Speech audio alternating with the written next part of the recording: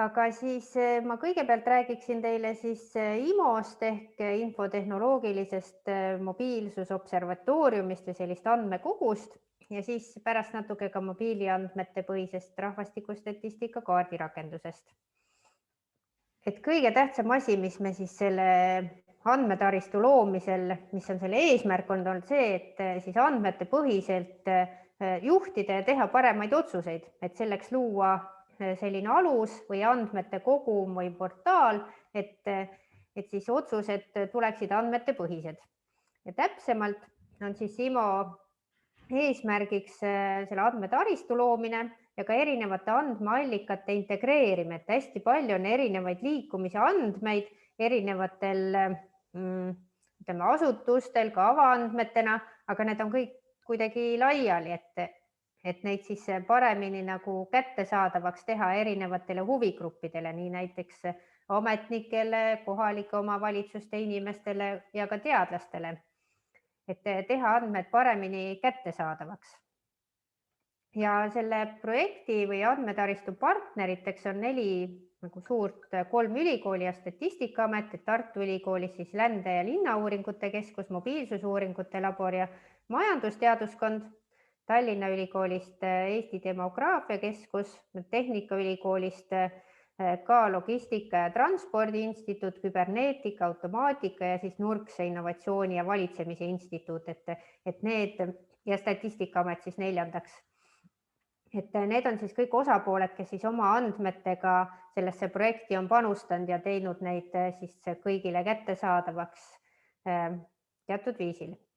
Ja milles see kättesaadavus nagu seisneb, on see, et oleme loonud siis IMO ühtse kasutajaportaali või veebilehekülje, milleks on imo.ut.ee, et kui te sinna lehele vaatate hiljem, siis saate täpsemalt vaadata, mis seal siis on. Et kõigepealt on seal andmestike kirjeldus, et liikumisega seotud erinevad andmed on seal nagu taristu, kuidas ma ütlen, siis nagu lehel ja siis samuti ka kirjelduse, kuidas neid andmeid kätte saab, et kas need on nagu kohe kuskilt alla laetavad või tuleb selleks mingi ligipääs taotleda. Ja andmed ongi seal erinevad, nagu põhiliselt 2 erinevat tüüpi, et on avaandmetena ja teiseks on siis nimetatud tööjaamades või siis piiratud ligipääsuga andmed, milleks tuleb taotleda luba, näiteks teha mingi leping või nõusolek teatud tingimustel neid andmeid kasutada. Et need on siis Statistikaametis ja Tartu Ülikoolis. Ja võib-olla nagu tooksingi välja, et selle andmete kättesaadavuse poole pealt või et kellele ja kuidas need andmed, erinevad andmed võiksid siis kasulikud olla, et avaandmed võib-olla rohkem, aga mitte kindlasti nagu ka ainult riigiasutustele või neid, kes tahaksid saada kiiresti nagu infot, mingeid üldiseid näitajaid liikumise kohta. Et nad saavad siis IMO kasutajaportaalist need andmed kätte, see on näiteks kaardirakendused, masinloetavalt alla laaditavad andmetabelid või kaardikihid. Üldjuhul on need agregeeritud andmed juba teatud eeldefineeritud indikaatorite kohta, et mis on siis teadlaste poolt välja töötatud, mis on sinna siis kättesaadavaks tehtud. Teiseks on tööjaamad või et siis, kus andmeid saab piiratud õigustega kasutada, et pigem need on võib-olla mõeldud teadlastele ja need, kes tahavad siis kasutada mikroandmeid või nagu täpsemalt neid andmeid siis individuaalandmete kujul, et teha siis ise näiteks arendada mingeid indikaatoreid välja, vaadata täpsemalt nende agregeeritud andmete taha. See kindlasti nõuab jälle suuremaid oskusi andmete analüüsimisel ja ka võib-olla sidumisel erinevaid andmekihte. Et mul jäi siin näidetena mainimata, et näiteks avaandmetena on siis rahvastiku või turismi statistika ja näiteks liikumisvood, aga tööjaamadest saab kätte ka individuaalandmed näiteks üksikute välisreiside kohta või siis ka külastatud kohtade kohta. Et see kindlasti see eesmärk sõltub ka sellest, kuidas neid andmeid siis kätte saab, et sellest lähtuvalt, eesmärgist lähtuvalt saab siis vaadata, et kumba tüüpi andmed paremini võiksid sobida.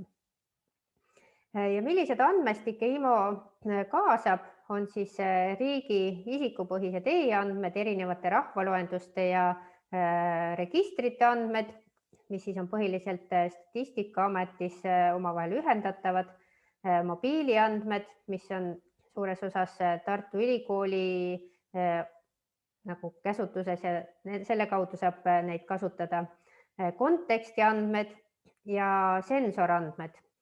Et ma räägin nendest kohe ka natuke täpsemalt. Et selle projektiga on siis kokku kogutud erinevad isikupõhised e-andmed, mis siis, et erinevad rahvaloenduste ühendatud andmebaas, millest Anne Herm räägib peagi oma ettekandes täpsemalt, siis rahvastiku longituudne andmebaas, erinevad töötajate, tööandjate andmed, tööotsimisportaalide andmed, ettevõtete andmebaas ja siis e-residentsuse sotsiaalsete mõjude andmebaas. Et kui teid täpsemalt huvitavad need andmed konkreetselt, siis selle IMO lehel saab neid täpsemalt kirjeldusi, saate lugeda, et mida need andmed sisaldavad ja et kui on nagu huvi, et mis tunnuseid sealt kätte saab. Siis on mobiiliandmed, mis on põhiliselt 2 osast, et ühed on passiivse mobiilpositsioneerimise andmed, mis on siis mobiilioperaatoritelt saadavad anonüümsed kogu rahvasti kui suuremat rühma hulka inimesi hõlmavad andmed, et need on meil praegu siin kättesaadavad ka pigem varasemate aastate kohta, et praegu käesoleva hetke kohta kahjuks neid andmeid saadaval ei ole. Ja teiseks on nutitelefoni rakenduse andmed, et Tartu Ülikoolis on siis arendatud nutitelefoni rakendust Mobility-Log, millega me oleme kogunud erinevate valimipõhiselt andmeid inimeste liikumiskäitumise kohta, et need on inimeste väiksema rühma inimeste kohta, inimeste nõusolekute alusel on siis luba neid kasutada. Aga neid saame ka teha huvi korral kättesaadavaks teiste teadlastele siis nendel tingimustel, mis nendele andmete kasutamiseks on. Siis on sensorandmed, mis on põhiliselt Tallinna Tehnikaülikoolis, et on liiklusvoogude videoloenduste süsteem ja neil linna sensorvõrk, et ligikaudu 900 sensorit, mis siis koguvad Tallinnas ja ka mujal Eestis erinevaid näitajaid, keskkonnanäitajaid, müra, liiklustihedust, erinevate liikumisviiside kasutajaid, et sealt on võimalik eristada autosid, jalgrattureid ja jalakäijaid. Ja ka meresensorid on liidetud siis selle liikumise andmestiku juurde. Ja üks osa, mis otseselt ei ole siis nende partnerite poolt kogutud ja on kättesaadav ka muude portaalide kaudu, on siis avaliku sektori avaandmed, mis on ka siia IMO kodulehele või portaali kokku toodud, et kõik liikumisandmed saaks ühest kohast. Et siis näiteks ühistranspordi registrite andmed või ehitisregistri andmed, et need on pigem need andmed ei ole seal nagu füüsiliselt kujul selle IMO lehel, aga sealt viivad lingid, et kui teid huvitab, siis saab sealt nagu selle lingi kaudu minna selle andmestiku nagu algasu kohta ja seal on juba need kirjeldused täpsemalt olemas, mida need andmed sisaldavad ja saab neid ka siis avaandmetena alla laadida. Aga siis ma räägiksin edasi, ma näitaksin teile ka täpsemalt, et üks osa sellest on ka erinevate uuringute ja andmete nagu ühendatud andmebaas, mis siis võimaldab saada ülevaadet, milliseid uuringuid on tehtud. Ma püüan siit teile praegu näidata siit IMO lehelt seda, et oleks kohe nagu lihtsam. Ma loodan, et te näete seda veebilehte nüüd. Noogutage, kui näete. Näete, väga hea. Et siit taristu lehelt tuleb, siis on ruumilise mobiilsuse andmebaas, on algul kirjeldus ja saab andmebaasi siseneda. Et sealt saab siis erinevate tunnuste lõikes otsida välja vastavaid uuringuid, et näiteks uuringu nimetuse kaudu või seotud isikuga, kes on selle uuringu läbi viinud, kes mingite märksõnade, organisatsioonide järgi, et juba olemasolevad uuringud, et alati ei peagi hakkama andmeid ise koguma või analüüsima, et võib-olla keegi on juba selle töö ära teinud, et saab kasutada neid liikumisandmeid, mis on varasemalt juba tehtud. et see on nagu täienev andmebaas, et siit saab neid uuringuid võtta ja siis ka vajadusel võib-olla selle asutuseni tagasi minna, et nagu uurida täpsemalt, kui on nagu täpsemaid andmeid või midagi sellega seoses vaja.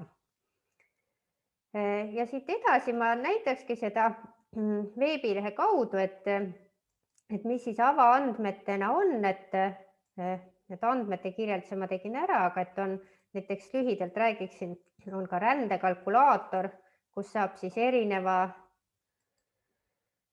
vaadata rändeprognoose, et kuidas siis Eesti rahvastik aastate jooksul muutuma hakkab, et see on siis rände ja linnakeskuse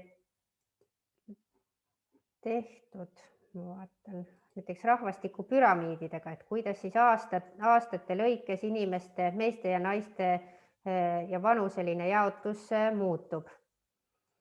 Et saate seda täpsemalt uurida. Ja siis ma läheksin täpsemalt järgmise teema juurde, mis on mobiiliandmetel põhinev rahvastikustatistika kaardirakendus. Et mida sellest siis näha saab? Et siin on kahes ruumilise üksusena on maakondade lõikes ja omavalitsuste lõikes.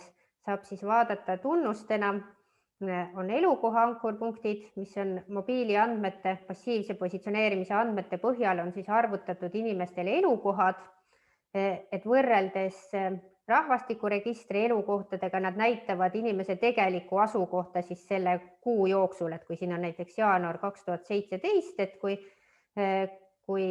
me tahame teada, kuidas see on muutunud, võtame siit näiteks Tartu, saab ka näha kuude lõikes, et tuleb välja, et inimeste paiknemine ei ole terve aasta jooksul ühesugune, vaid et ta sesoonselt ka näiteks muutub, et kui on vaja sellest lähtuvalt mingeid otsuseid teha, siis saab seda arvestada.